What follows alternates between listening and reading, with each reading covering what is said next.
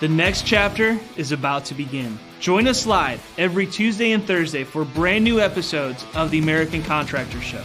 Our mission is to bring you the latest tools, innovations, and knowledge to help you become the most informed contractor in your market. Knowledge is the ultimate power, and we are connecting you with the most knowledgeable minds in our industry. Make sure to subscribe so you never miss an episode. American Contractors, I hope you're ready. This one's for you.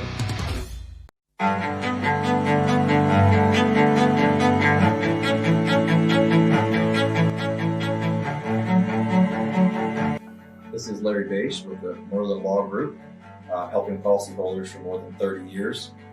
If you have a claim or your client has a claim that needs help, please feel free to call the Merlin Law Group because we are the true policyholder advocate.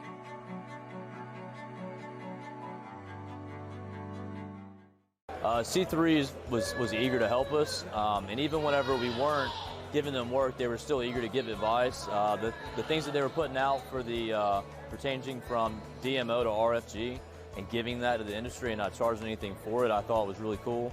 And that's stuff that I, as a contractor, appreciate. I'd recommend C3 to any contractor who's looking for a PA, especially if you're around Colorado. Great guys, man. I'm nothing but happy with the work they've done for us.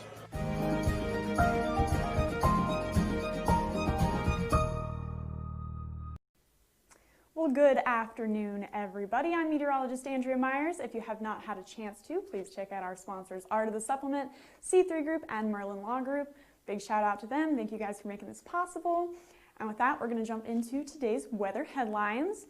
So for today, the sweater weather continues, cold and cloudy conditions. I know I'm enjoying a couple of days of nice cool weather for some free AC. We're going to take a look at that and see when that comes to an end and how that's going to impact our thunderstorm chances for the next couple of days.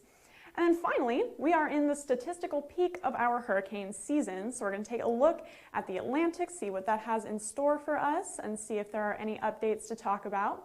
So stay tuned for that, but for now, we're going to get started here with our cold weather as it continues in the west. Brings that nice cool weather to our neck of the woods. So you can see those 30s and 40s in the mountain regions, all the way into the 70s and 80s in the southeast right now. So quite a sharp gradient, and our cold front is riding right in between those. We can notice that if you've been in the Central Plains, it got pretty chilly over the past couple of days. It's still chilly right now, and we're expecting that to move out shortly. However, for now, that cold front is lingering. You can see that really well here in our little graphic. We've got our 40s and 50s in the Central Plains and out west, even colder than that in some parts, and then 70s and 80s in the southeast, and our cold front right in between those. However, as we kind of talked about a little bit yesterday, we do have too much stability out west with that cold air, and then really not enough lift and instability out east to create any thunderstorms. And then right in between where that cold front is, we've seen too much cloud cover, too much rain to really form any severe thunderstorms. We do have scattered storms expected here and there, but again, our severe chances are going to be limited. However, out in Colorado, there has been some interesting weather associated with this. They went from record high temperatures in the hundreds to snow. So not the right kind of ice falling out of the sky for us, but we do have some interesting weather to talk about in Colorado. You can see that beautiful scenery. Here and here, we've got those snowy coated pine trees, as well as out here near Colorado Springs, we have some beautiful cloud cover on the ground, or snow cover on the ground associated with that nice cold air that's been moving through the region. So, when's it going to move out of the way? It is expected to weaken over the weekend.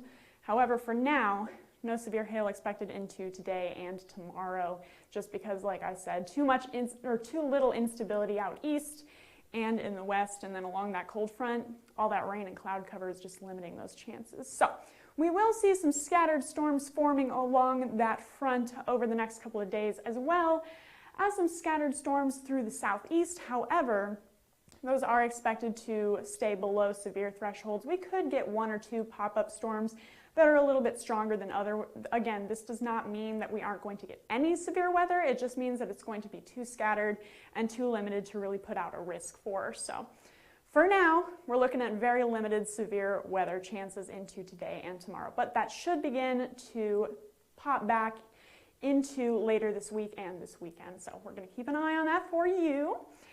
And for now, we're in peak hurricane season. So statistical peak right now, you can see this neat little satellite image of Hurricane Laura. You can actually go check out our highlight reel we put out for that from John, Allie, Derek, and Steve's Chase. They met Hurricane Laura, found the eye of that in Lake Charles, and they got some really neat footage out there from their storm chase. So go check that out on our Facebook page. But yeah, you can see this Hurricane Laura as it made landfall in Louisiana. Pretty neat. So let's look at some hurricane facts, just so you guys can know what you're preparing for into the rest of the season. So we actually have an average of 10 tropical storms that develop in the Atlantic each year. This year we have had 17 named storms. So we are already at Renee, that's R. So we've already reached R for the season, and we are only halfway through. So it has been well above average for the first half of the season. We'll see what the second half has in store for us. And what do we need for more hurricanes to form? Well, we need water near 80 degrees, so nice warm Gulf waters that you always hear us talking about. Low wind shear, so what that means is just that the wind is not increasing that much in speed as it gets higher. So the wind at an altitude can't be much faster than the wind at the surface, or else it tears that hurricane apart as it's trying to form. So we need low wind shear. You'll hear us bring that up a couple times. And then obviously it needs high relative humidity for that storm to form in the first place. So we got to get that nice moist air for that hurricane to grow and form, and then warm waters and low wind shear, which are our current environment right now in the Atlantic. So stay tuned, because we're going to take a look at that. And then finally, the right side of the hurricane is often the strongest. So that did come up with Hurricane Laura, as we saw that rotating counterclockwise as it moved northward into the Gulf. So you've got that northward component of the storm motion. As it moves north, we've also got that northward component of the rotation. So as the storm moves north and as the storm rotates to the north, we get that stronger winds and heavier storm surge on the right side of the hurricane. Oftentimes that is how it plays out. It depends a lot on the storm's motion as it makes impact, as it makes landfall. However, frequently we do see the right side of the hurricane being the strongest. So we'll keep an eye out for what is expected to make landfall here. However, again, peak season does not disappoint. So we've got 1, 2, 3, 4, 5, 6, 7 tropical systems moving through the Atlantic right now. So these 3 over the East Coast are actually not expected to do much in the next couple of days, probably just scattered thunderstorm activity that we kind of talked about, maybe some gusty winds here or there. However, the ones we have our eye on are obviously Paulette and Renee, which we talked a little bit about before, and then we've got 2 moving off of the coast of Africa right now, and as those move westward, they are expected to become tropical storms here soon. So we will be watching these storms in the next couple of days. Those could intensify as they move west, possibly forming a hurricane moving into our neck of the woods in the next week or 2. So we'll keep you updated. We're going to be watching these. But for now, let's talk about Paulette and Renee, because there have been a couple of updates. So with Tropical Storm Paulette, got some nice rotation here, rotating pretty aggressively in the central Atlantic as that continues to intensify. And we talked a little bit yesterday about how that is heading towards Bermuda, and now it is looking like it's going to stay a tropical storm as it moves northwest, and then take a sharp turn to the north and impact Bermuda as a potential hurricane into the beginnings of next week. So if you are in Bermuda, if you know anybody in Bermuda, tell them to brace themselves. Be prepared, check the weather, because it does appear that there could be a hurricane impacting Bermuda into the beginning of next week as Paulette makes a turn. And then with Renee, not too many impact or updates with this storm. Looks pretty nice out in central Atlantic, once again, just rotating away out there.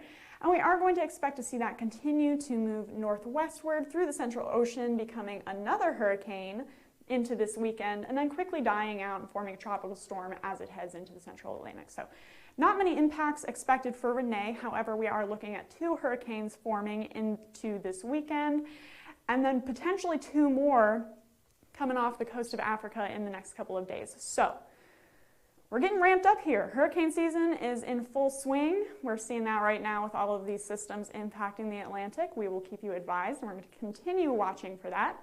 If you would like to see our updates, please follow us on YouTube, Facebook, Instagram, and Twitter. Smash that subscribe button, and you can also hit See First on Facebook if you never want to miss one of our live forecasts.